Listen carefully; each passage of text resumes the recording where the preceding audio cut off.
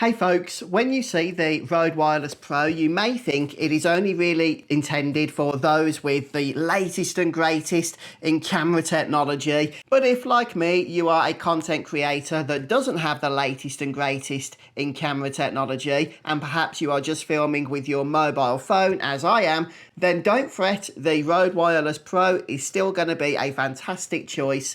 And that's because inside the box here, Rode have included multiple cables.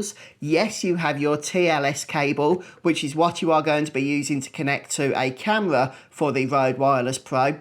But it also includes a USB-C to USB-C cable, and important for me as an iPhone user, it includes a USB-C to Lightning connector cable. And all I need to do is connect the USB-C connector into the Rode Wireless Pro receiver and then the Lightning connector into my iPhone, and there is literally no further setup required. I don't need to change any settings in my phone.